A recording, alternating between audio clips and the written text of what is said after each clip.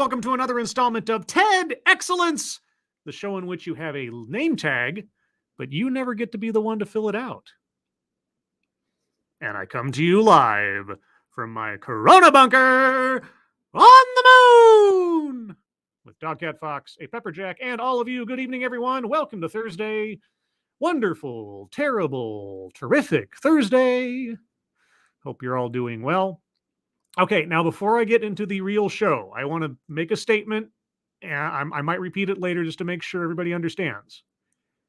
For those of you who are aware of our friend Weibo Jones's medical situation, you may have seen the AAA stream, you may have seen the Next 6 Minutes stream earlier.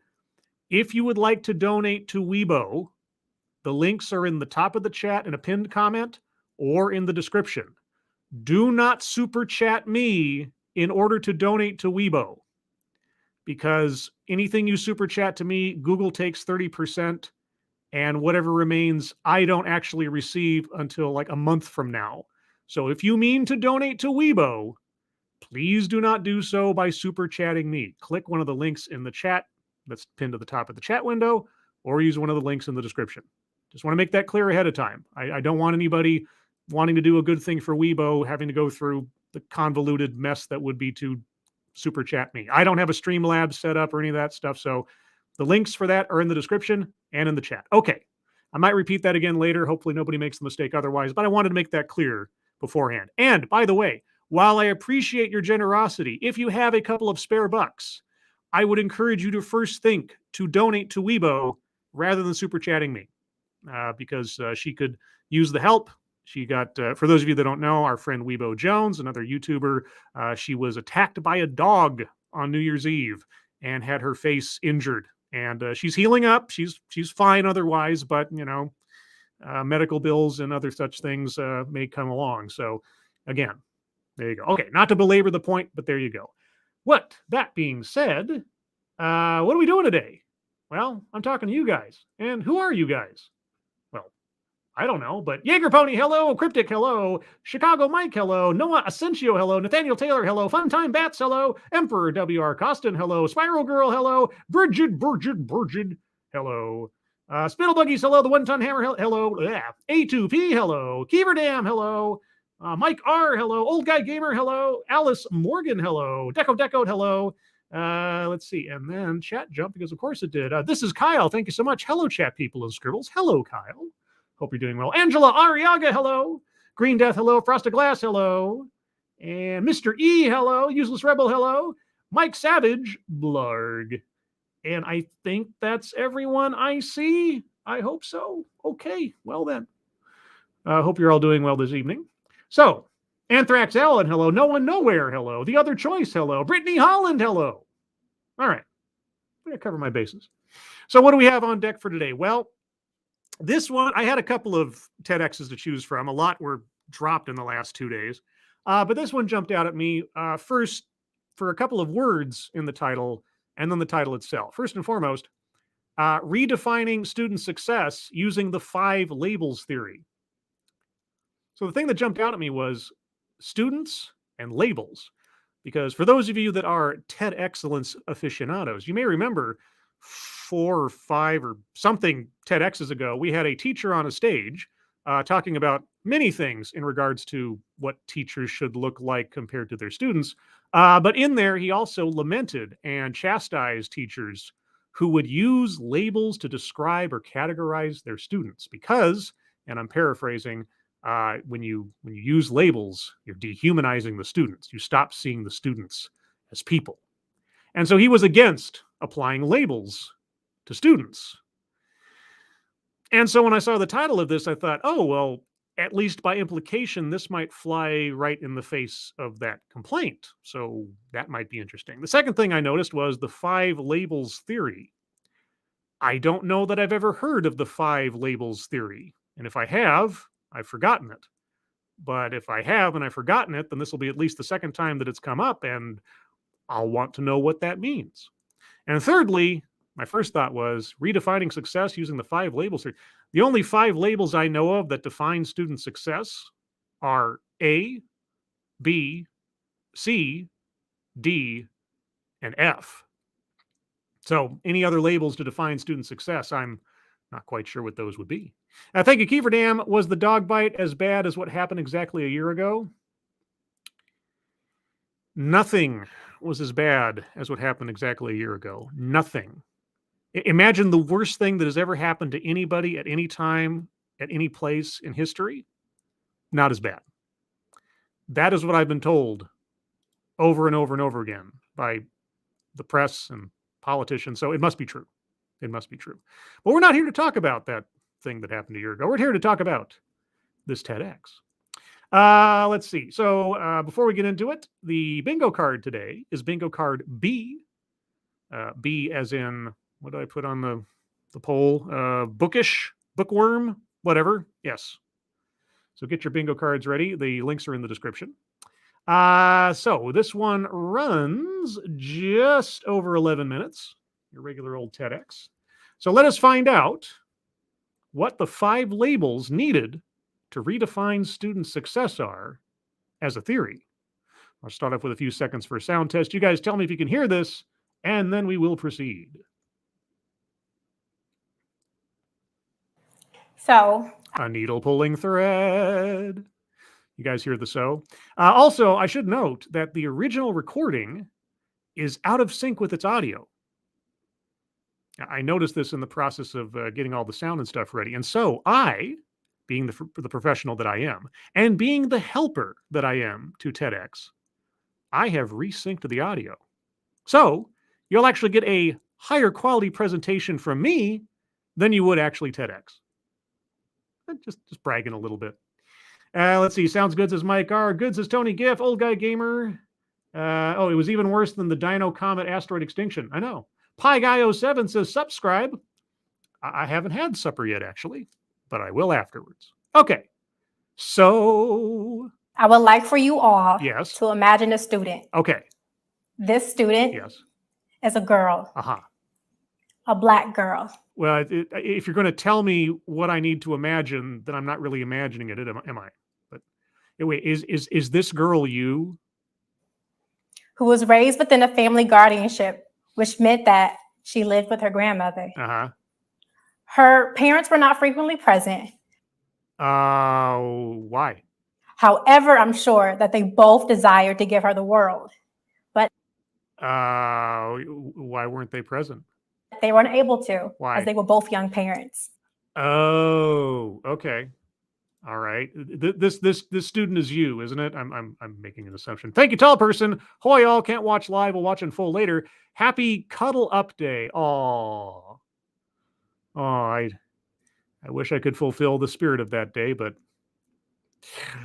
I can only cuddle myself. Wait, that doesn't sound right. Anyway, thank you, tall person. All right, so this student's parents were very young parents, and so her grandmother had to raise her. Okay. However, living with grandmother, they struggled financially upon occasion, which permitted the young Black girl to receive free lunch and additional resources in school. Okay. And? In school, she struggled. She struggled in math. She struggled in reading, and her grades were not always the best. She was diagnosed with a learning disability. Oh, okay. All right. So was she actually did she actually possess a learning disability, or? That disability was dyslexia. Yet she dreamt of becoming a doctor, a lawyer, and even becoming the president of the United States. Or the host of Double Dare, because Mark Summers, the host of Double Dare, also struggled with dyslexia. That's a true piece of trivia, as far as I recall. I think it was dyslexia, wasn't it? I think so. As she desired to make a significant and positive impact on the world around her. However, her teacher informed her that her dreams were actually out of reach. Oh, that's nice. So the girl decided to believe her teacher. Wow, what a dumb teacher. This girl, who I'm, again, assuming is you, yeah, that's a pretty raw deal. That teacher should be corrected. She's the expert. She's my teacher, the young girl thought. A teacher in which the young girl spent Monday through Friday with. Yes. For 6 to 7 hours on the average school day. Yes. Totaling over 1,000 hours a school year. Yes. The once young, ambitious, and bright young Black girl began to participate in her own oppression. Began to participate in her own oppression. I suppose being impressionable as you were, I'm assuming again that that's you we're talking about. Yeah, you decided to believe an authority figure telling you that you weren't good enough because of whatever, the attributes that you possessed or your learning disability. Okay. Yes, that adult was a jerkwad. I will not deny it. And your self-esteem was affected as a child. No good. That is no good. She began to internalize her teacher's assumptions about her. Yeah, okay. Now, I was that Black girl. What? The devil you say. Let's go over to the bingo card real quick and let's go over it. Let me get my, gotta select my shapes and my color and everything to get that ready. Okay, anecdote that probably never happened. I believe what you said so far. Self-vilification or wretchedness? No, not yet. Systemic institutional? Not yet. Weightless example? No. Word salad? No. Leaves out vital context? Not yet. Collectivizes own demographic? I'll be surprised if we don't get there. So white supremacy? Not yet. A list?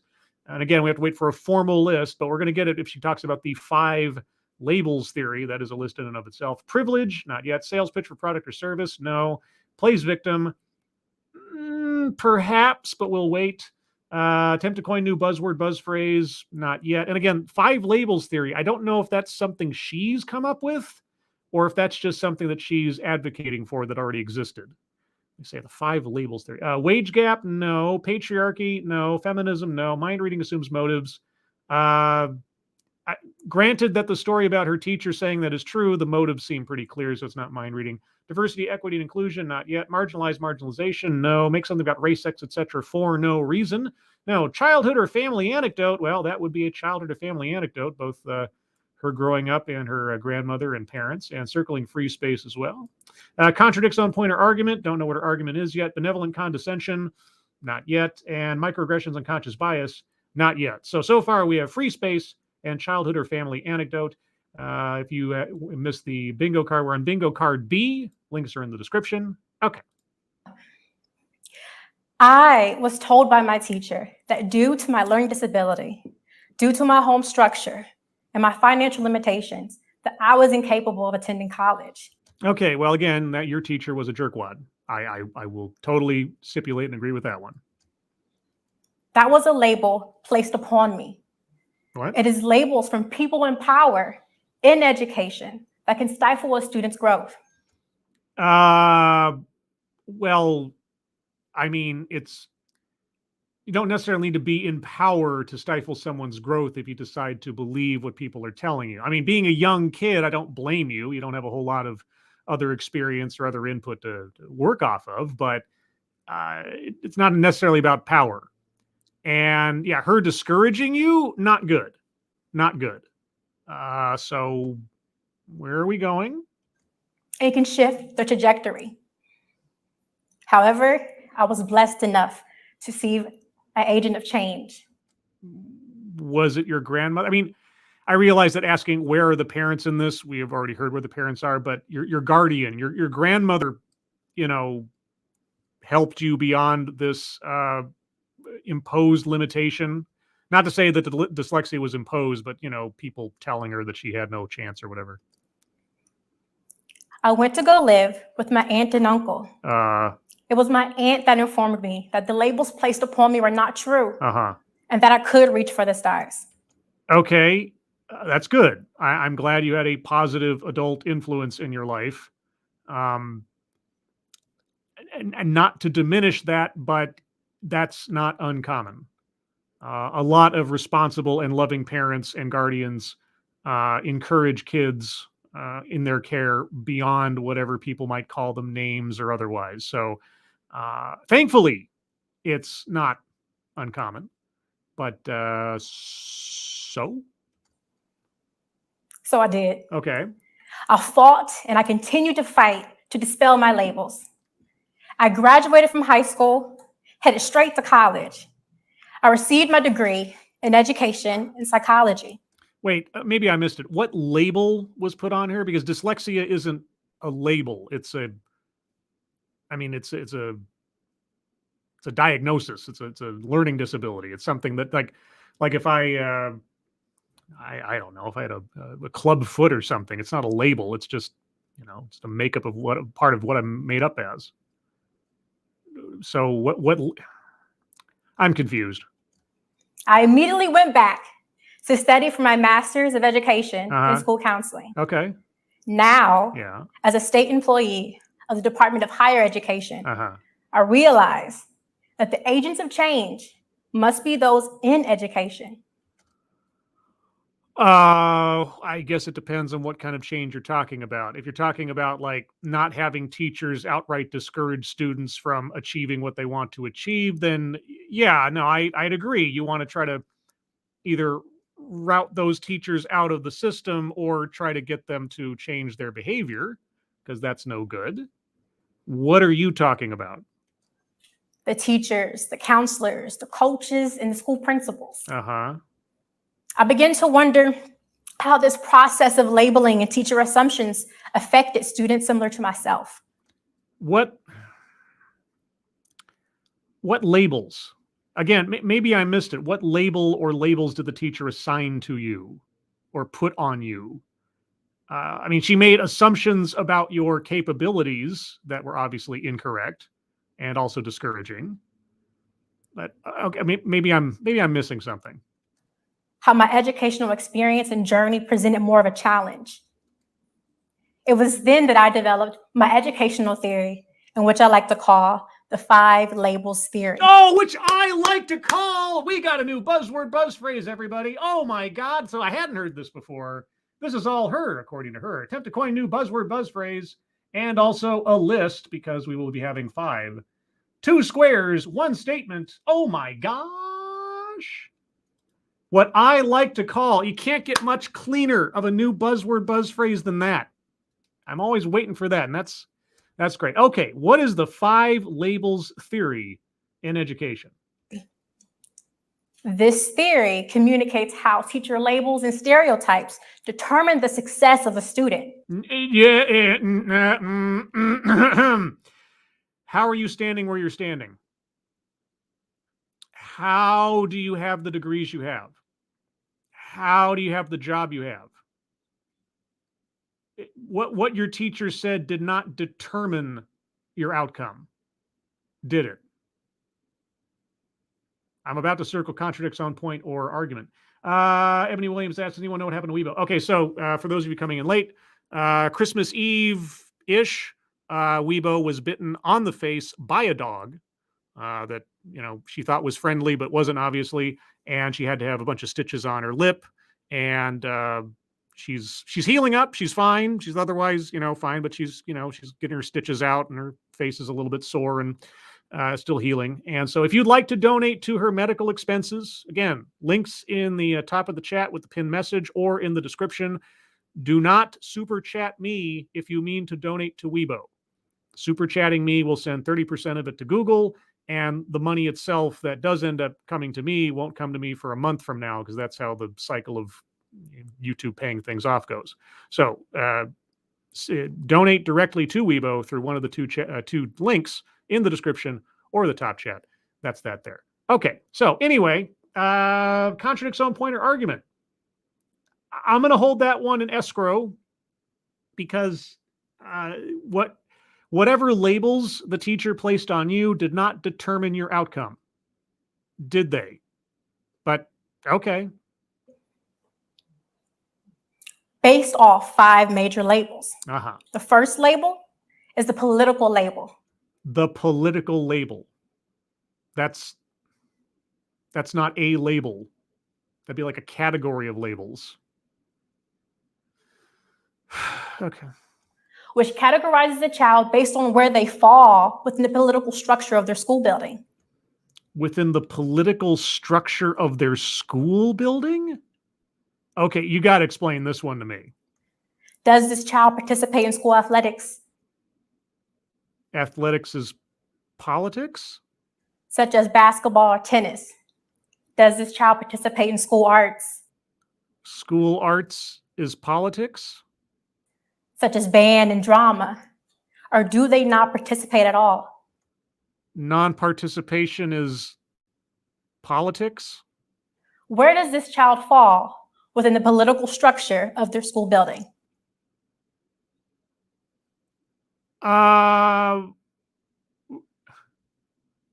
What? What? I'm decidedly confused right now. The second label What? is the economic label. Okay, well, this one should be more clear cut because your first label. Okay, maybe I'm missing something. I might need somebody smarter than me in the chat may need to explain this to me later on as we get closer to the end of this, because I have absolutely no idea what that was all about. Thank you, Keldrig. She can't tell us the labels because she can't read them right. Oh, Keldrig. That's so mean. You understand she's going to internalize that and completely surpass any expectations you may have placed on her with that insult and be just fine. And you say, yes, I already donated to Weibo. I thank you very much for your generosity to me and Weibo. So thank you so much. Okay, the economic label. I think I can imagine what the next part is, but hey, you surprised me with the last one. Which categorizes a child based on financial need. Is this child eligible for Title I services, such as free lunch and to receive food bags that are sent home with them to their families? Okay, well, okay, I've got a lot I could say about this, but I'm let her keep going. What is the financial need or risk of this child? Uh-huh. The third label Okay. is the social label. All right. Which categorizes a child based on their ethnicity, their gender, their sexuality, and oftentimes their home structure. Whoa, wait. Race, gender, sexuality, and home structure. Social labels. Race is a label? Gender is a label?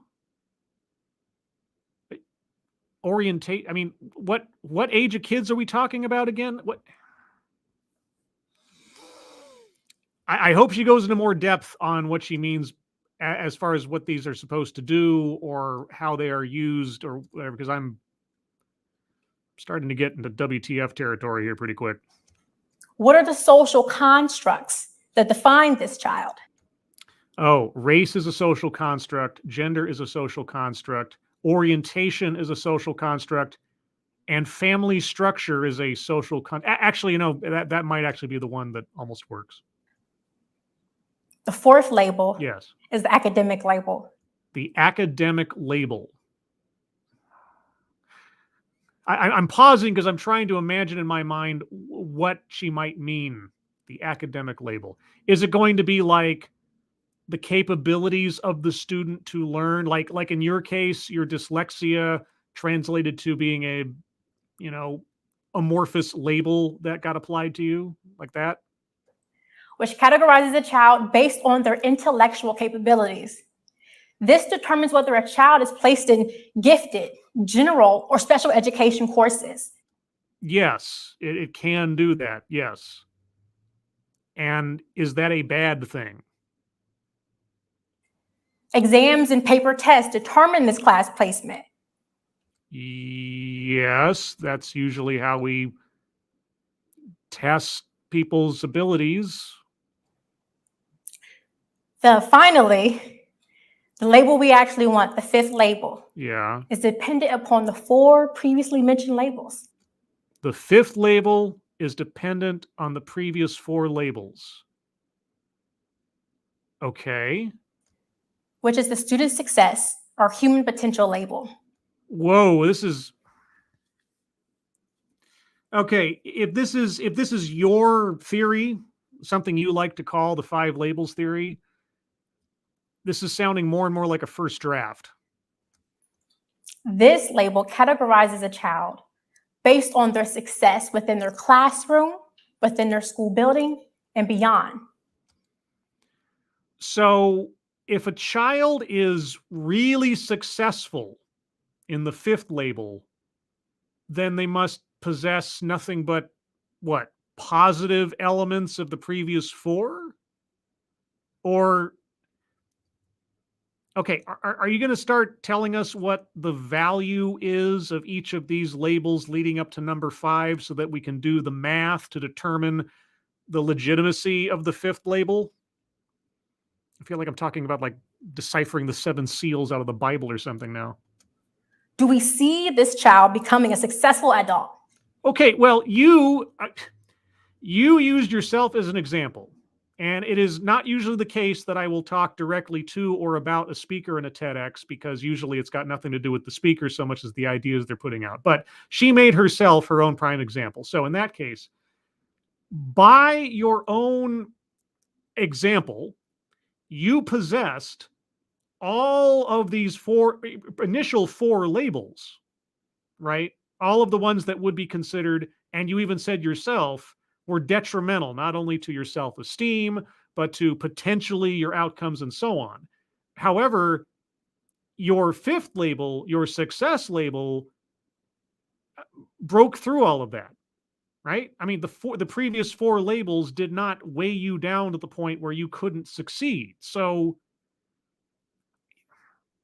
you know, your own success in moving past whatever, you know, limitations people may have placed upon you or life may have dropped upon you might actually work against your theory here.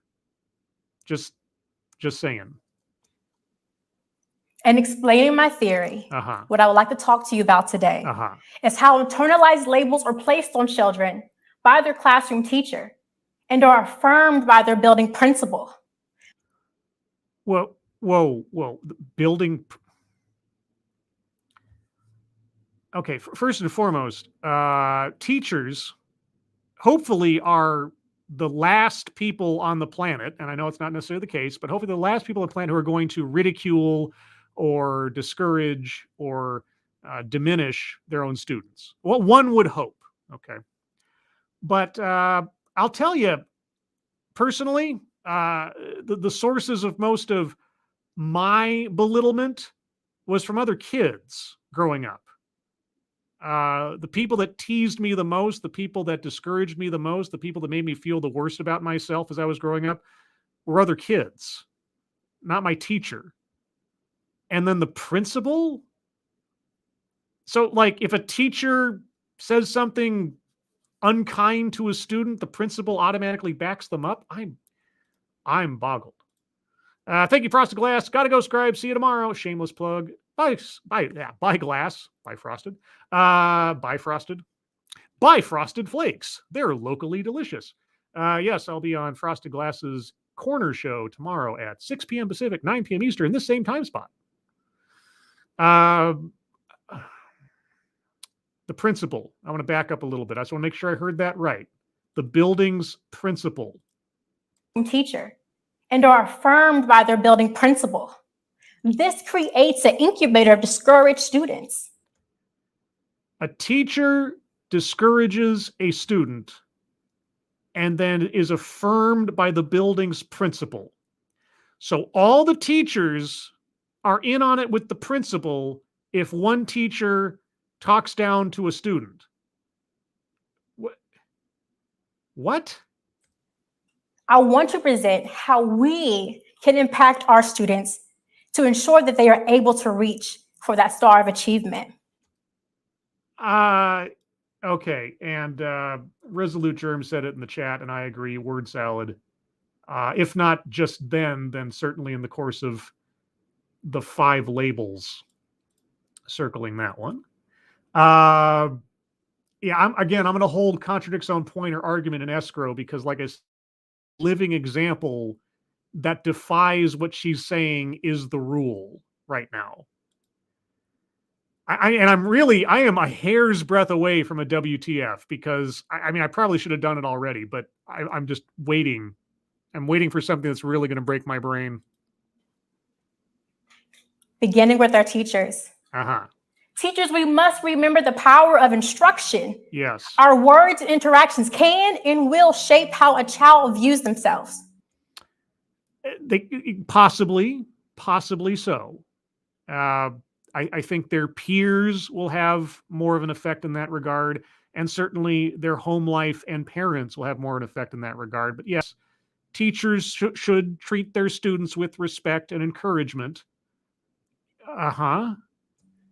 When children have teachers that tell them what they can or what they can't achieve, hinders their desire to reach for their goals. Well, it depends on what their goals are. If some kid says, I want to be the first person to walk on Venus, you tell them, well, you're going to be squished flat by the gravity. Sorry to crush your dreams, kid. That kind of thing. It all depends. It all depends. One thing at a time. Now, living on the moon, well, I'm living proof. Irregardless if a student believes the label. No, you did not. You did not say irregardless. Oh, no, Drunkle. It's Drunkle. Hello, Drunkle. Welcome to the chat. She said irregardless. Oh, yeah, it's one of my pet peeves. I'm sure it's several other people's pet peeves. The word irregardless, right? Or saying, I could care less, right? If you say I could care less, that means you could also care more, which is not, so you would say I could not care less, right? Anyway, yeah. Boy, I don't have a square for irregardless, but man, that just caught my brain.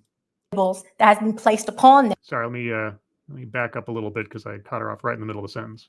Their goals.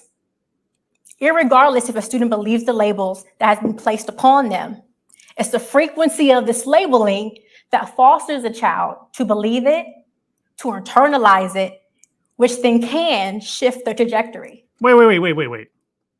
So, regardless if a child believes in the labels being placed upon them, it still has the negative effect of internalizing the labels placed upon them.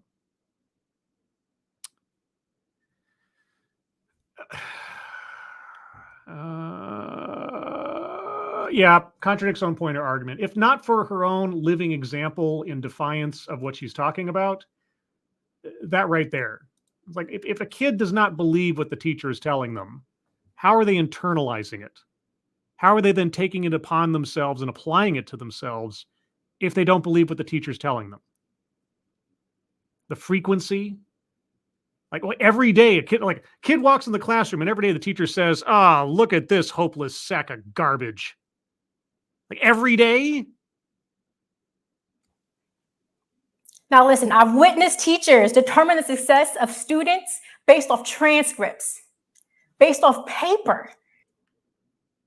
Yes, we test using paper and pencils. And again, how are you where you are at in life if your fate was determined by the lousy attitude of that one teacher? How are you the success that you are if everything was predetermined on the basis of that one teacher's opinion? Prior to students entering into their classroom, this behavior has become so normalized that it's so frequently overlooked or it's done unknowingly. What is done unknowingly? What, paper tests? From my students. Yeah. I've experienced dozens of students from 5th to 12th grade express to me their interactions with their classroom teacher. And I'm certain that you did not at all invite them to tell you these stories. From 5th to 12th grade, okay? They've informed me that their discouragement or off-putting behavior not only demotivates them in completing their assignments, but their ability to try. Give me an example. Aside from yourself, give me an example of what these teachers have said to these kids. Because I'm getting a very big spidey sense tingle that we might be entering into the territory of microaggressions. Their ability to strive and their desire to want more for themselves. Okay, again, I understand we're talking about, as you said, potentially 5th to 12th grade students. So we're talking about 10-year-olds on upward, 10, 11-year-olds. All the same, the operative word in self-esteem is self. At some point, it is going to be up to the child to self-determine and decide for themselves, are they going to believe the hype or are they going to try to push past it? It helps to have supportive people in your life, your parents, your family, your friends, and so on. It is difficult for me to believe that teachers being actively discouraging of their students is so endemic that we need a 5 labels theory to try to fix it. And I'm still waiting for that whole, the building's principle affirms this. If she doesn't come back to that, I'm going to circle make something about, etc. for no reason, because that still bewilders me. However, this information is not just about me. It's your theory, and you used yourself as the prime example. But okay, if it's not just about you, give us some examples elsewise. In my experience, or my students, or even my teachers. Well, then it wouldn't be about, okay, well, all right, then who's it about? This happens across the nation. People saying lousy things to one another? Golly gee whiz, Batman, you don't say. It happens in our own backyard. There are teachers in my backyard? In the very schools that you send your child, your younger sibling, or your niece or nephew to every day. Yes, and look how all of us have failed so much in life because a teacher said something sideways to us once.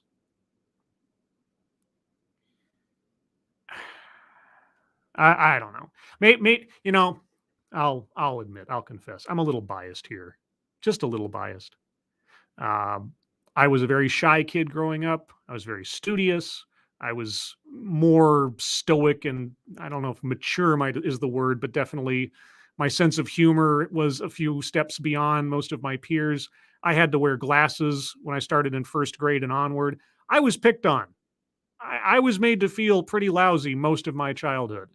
I don't know. I guess I take a certain amount of personal pride in the fact that I climbed and clawed my way up from depression and self-doubt and etc. And still am to this day, if you can believe it. Fortunately, I had some support around me, but for the most part, I was kind of on my own. I didn't really have that many friends growing up. Didn't have a lot of support outside of my family, which I'm not diminishing in any way. So, I took personal responsibility for making sure that I had myself squared away as best as I could. I haven't finished yet. I'm not perfect. I'm no role model, but I don't know. When I hear somebody who obviously has, this lady has pushed past all that, right? I have a lot of admiration for people that do that. Right? The true crime video I did on Ralph Shorty. If you look up this guy's growing up, this guy grew up in hell. He had a drug addicted mother and abusive stepfathers, and he came from poverty, and he had like a weight problem growing up, and so he got teased by the kids. This guy, save for the fact that he turned out to be a complete scumbag later on in life, if you just look at the stuff that he pushed past in life in order to get where he was, it'd be something to admire. Just like this lady. She came from a decidedly disadvantaged situation, right? No parents, passed on amongst family members to be raised, economically not in great shape, and a learning disability, and she overcame all of it and is now a successful educator with a degree in the whole 9 yards. That's something to admire, right? So why is she promoting the idea? I don't understand, unless you just can't let go of a grudge, that one teacher back in the day made her feel small, and it didn't ultimately determine her fate. But now she says that everybody else is susceptible to this?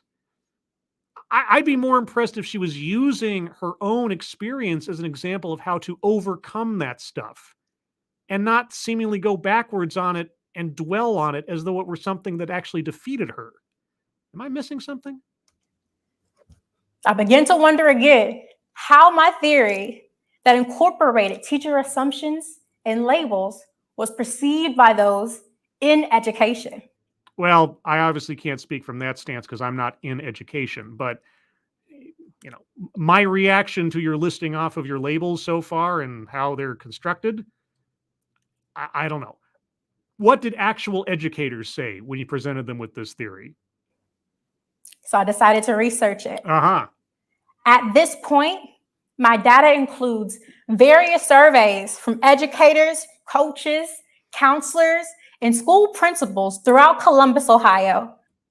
Wait, surveys that you conducted? And throughout the state. Uh-huh. 85% of my participants acknowledge the existence of the 5 labels theory within their educational setting. The existence of the 5 labels theory. What? That I'm still stuck on that whole political one. But yeah, okay, that someone is in an economic situation, that someone is in an academic placement situation, that someone does possess race and or gender and or orientation and or household situation. Yeah, no, you're right. You're right. I could see how a lot of people would agree that you could apply those amorphous categories to conditions of people's lives and livelihoods. Okay. 85% of my participants acknowledge the challenges that students face in dispelling these labels. Dispelling these? How do I dispel the label of my gender? How do I dispel the label of my economic situation? How do I dispel the label of I was placed in the gifted class? What are you talking? Oh, for crying out loud, lady, really? What? What is that? What the fuck is that? You didn't give us labels. You gave us categories of circumstance for the most part. Well, how am I supposed to dispel my political label of being on the football team? What? Another 85% of my participants acknowledge that they have witnessed or have personally referenced a child's political, economic, social, or academic status and deferring to that child's potential.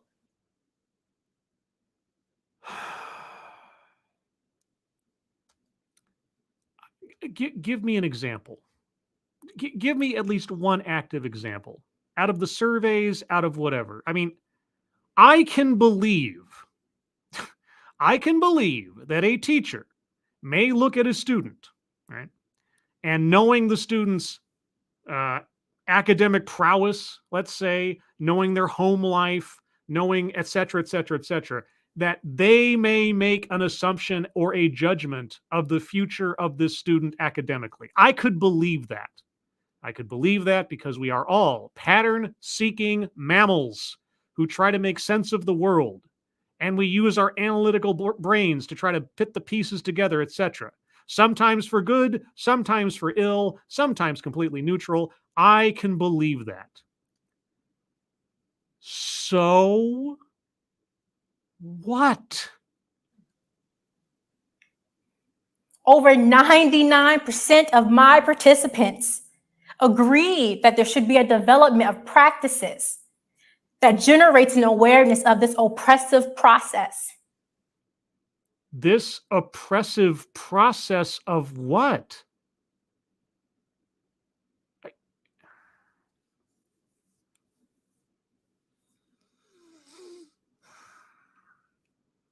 Okay, okay. Let me just make sure I understand this. All right.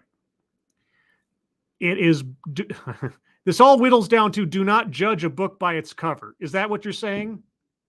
Do not judge a book by its cover. Yes, thank you. I get it. I really get it. Right? So why are you not seeing that you stand in defiance of your own theory? So, what does this all mean? Do not judge a book by its cover.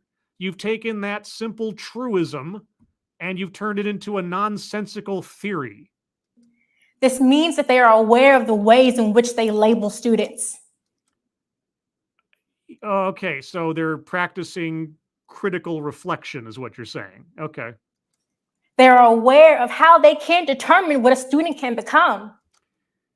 They do not determine what a student can become. You are living proof of that. Unless every teacher in succession throughout their entire academic career is beating them down into submission with insults and denigrating them. What about the principal again? The building's principal? However, I believe that there's an opportunity for us to grow and to shift how the educational system has programmed us to positively and effectively impact our students. So the default position for all teachers, is to label, judge, and denigrate students. That's the default. You can only hope that we can reverse the programming of the schools so that teachers are more encouraging of students, regardless of whatever the elements of their makeup or personal situation are. You know, I wish you'd look more into the programming of teachers into assessing students on the basis of race, gender, and elsewise. Hey, wait a second. She is doing that. Oh my God. Is the 5 labels theory a anti-CRT theory? No. I think I might have gone a bridge too far there. I like to suggest Yes. 3 strategies. Oh, another list. Oh my God. 3 strategies for 5 labels. For our educators, for our students, yes, and our building principals. Yeah, tell me about the building principles again. Why is it that the building principals are somehow beholden to one teacher's opinion of a student and will affirm it? How does that work again? When did that happen? To ensure that each child is able to reach the pinnacle of their success. Like you did? Yes, Mike R. says systemic systems, strategies, etc. Yes. Okay, circling systemic. Okay. Teachers, each student deserves equal opportunity. Yes. I agree. Give each student a fair shot. Yes. And when they foul or when they rebound, you offer them another shot. Yes. Okay, now late in the game, but now I am on board. Yes, equal opportunity. And failure does not necessarily mean the end of the attempts. Yes, okay. I don't know where you were before, but I'm with you now. Students, seek out those who uplift you. Find your agent of change and eliminate the words of naysayers. Yes, that should just be the attitude you have regardless in life. Because I'm pretty sure the number of teachers that are going to be doing that to kids are fairly few in number. I don't know, well, I don't know the totality of your personal experience, but you only brought up one teacher back when you were in grade school. So I'm assuming this did not happen year over year in your academic career. I'm a poet and I don't even know it. But yes, don't listen to the naysayers necessarily, unless you're, trying to do something absolutely crazy. But yeah, that is the attitude to have. Why didn't you just say that? 5 labels theory, the theory that everybody falls into certain categories if you make the categories broad enough. Yeah, oh my gosh, I totally agree. That happens. What? And restrict yourself from the pattern of comparison. Yeah. Principals. Yeah. Have consistent conversations with your educators. Okay, about what? On what strategies they are using to address each child holistically. Okay. What verbal or nonverbal practice are they using to support and reinforce each child's goal beyond their test score? Microaggressions, unconscious bias, wasn't said directly, but that's more than enough, and a theme over the course of this entire talk. Circling that one. I really wish that I had these strategies when I was that young, ambitious Black girl reaching for the stars. You did! You had a change maker in your life. You overcame the insults. You surpassed your own expectations of yourself. You did these things. You are living proof that your 5 labels theory says nothing about determining someone's outcome. Are you? I mean, on the one hand, I'm obviously bewildered. On the other hand, I feel like, I don't know what to say. Like, I feel sorry for our speaker if she still holds within her mind this sense of self-doubt, or that this one teacher or a few, nasty things people might have said to her over the course of years have so stuck in her brain that she can't get past them, even though she's gotten past them. I mean, it sounds like, I mean, she led off this talk by telling us how she, surpassed what that teacher said about her. But it's like she almost can't believe it, or she can't accept it, or I don't know. This is so bizarre. I really wish that my teacher thought about the assumptions she had for me. So it was that one teacher. One teacher. Okay. So that I didn't have to work so hard to prove my potential. But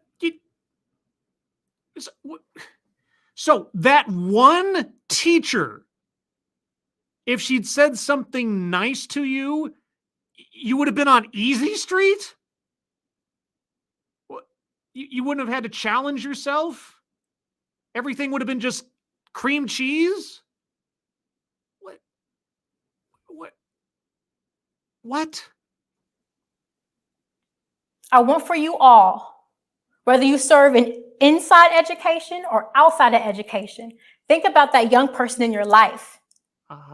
Affirm them. Yeah. And inform them that success looks different for everybody. Yes. And that they can reach for the stars. Thank you.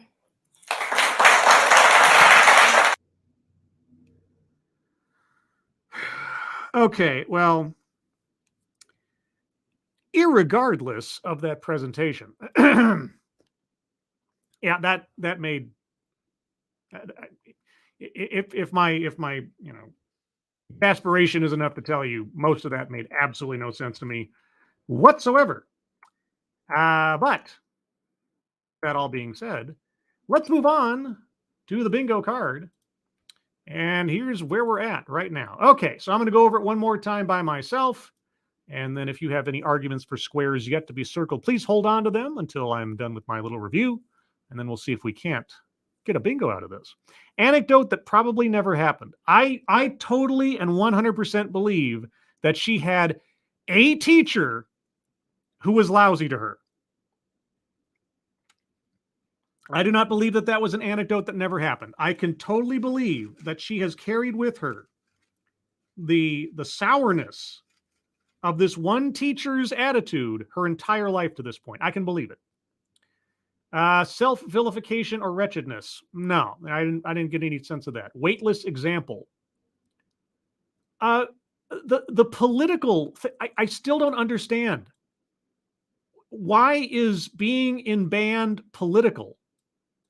Why is being, I don't know, doing extracurricular activities, why is that a political position? Why is not participating at all? How is that a political position in the school? It doesn't, as an example to prove her theory, I didn't understand a single word of that one. So there's that. Leaves out vital context.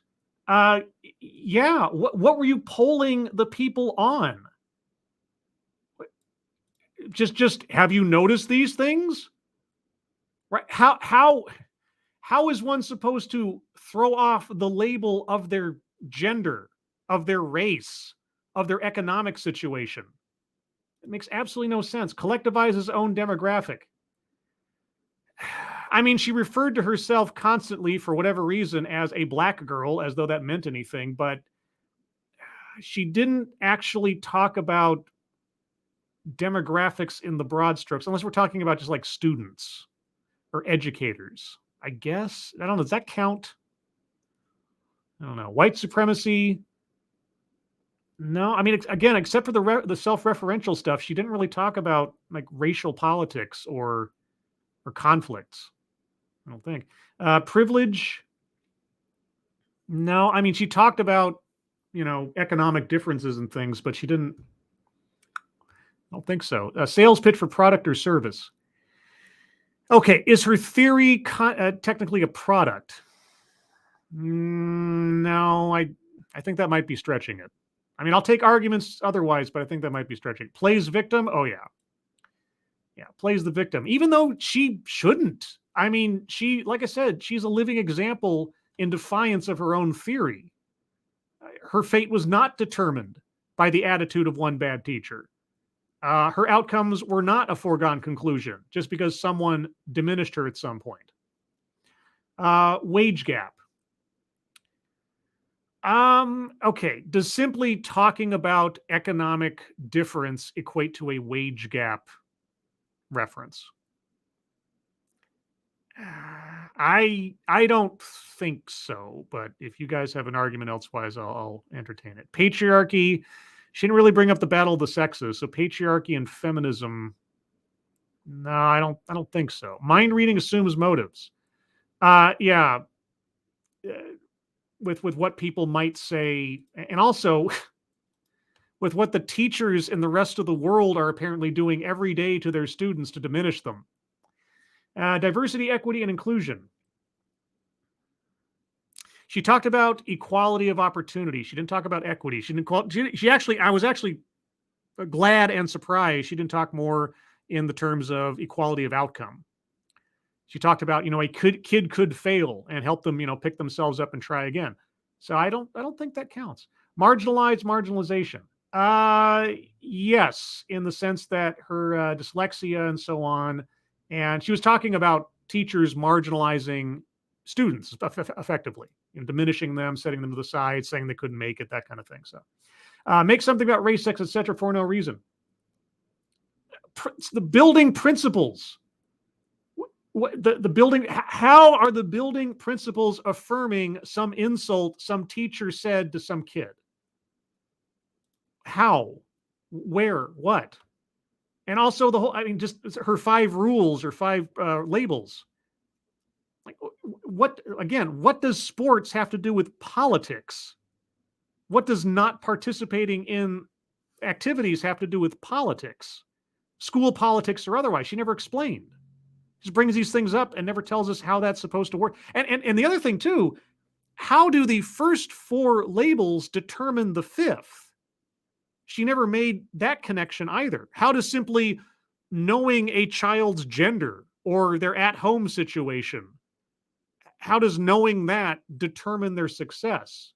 Because you're a success and you had what you already described as a difficult upbringing. So, and benevolent condescension. Yeah. Oh yeah. Benevolent, like somehow, did you know that you shouldn't judge a book by its cover? I came up with this amazing theory. Don't judge a book by its cover. Really?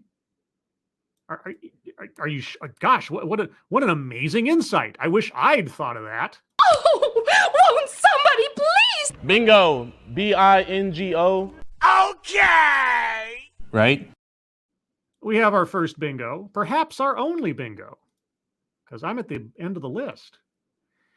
All right, so everyone, if you have arguments for squares to be circled, put them in the chat now. Please be sure to tag me in your arguments so I can see it more clearly amongst everything else.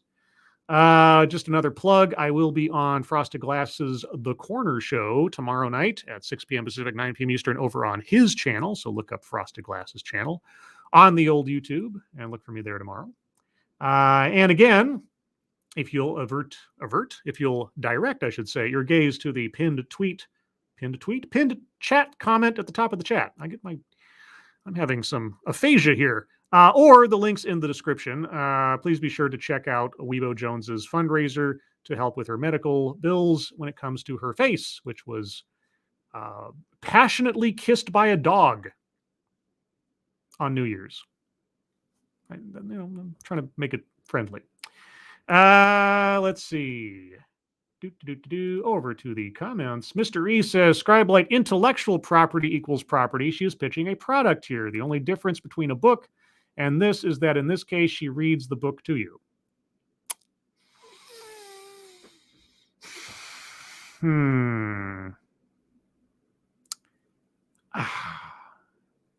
Does her theory constitute a product? I mean, if she had a book she was peddling on it or something, I don't know. I don't know if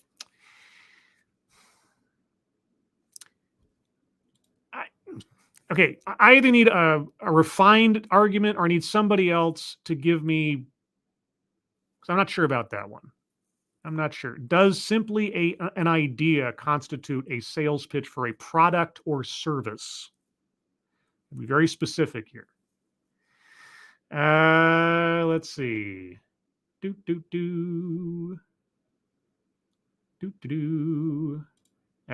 a shitty product, but a product no less. Drunken Uncle says, Scribelight, I fucking love these streams. Well, thank you, Drunken Uncle. I appreciate it. And I fucking love you. Well, no, not like, we won't talk about that. Let's see. Tony Gibbs says, nope, she's public sector. Oh, does that make it not a sales pitch or product or service? Let's see. Intellectual property. Jeanette E. Hellis, Scribelight, other than anything on the bingo card, I feel like she needs a hug and therapy. Therapy being the most important. Yeah, I mean, like I said, her story at the beginning sounded like, okay, this is a success story. She is a living success story. She came from a difficult upbringing, a lot of complications, a lot of things that might have otherwise hindered a lot of other people, between her family situation and her learning disability. And she made it.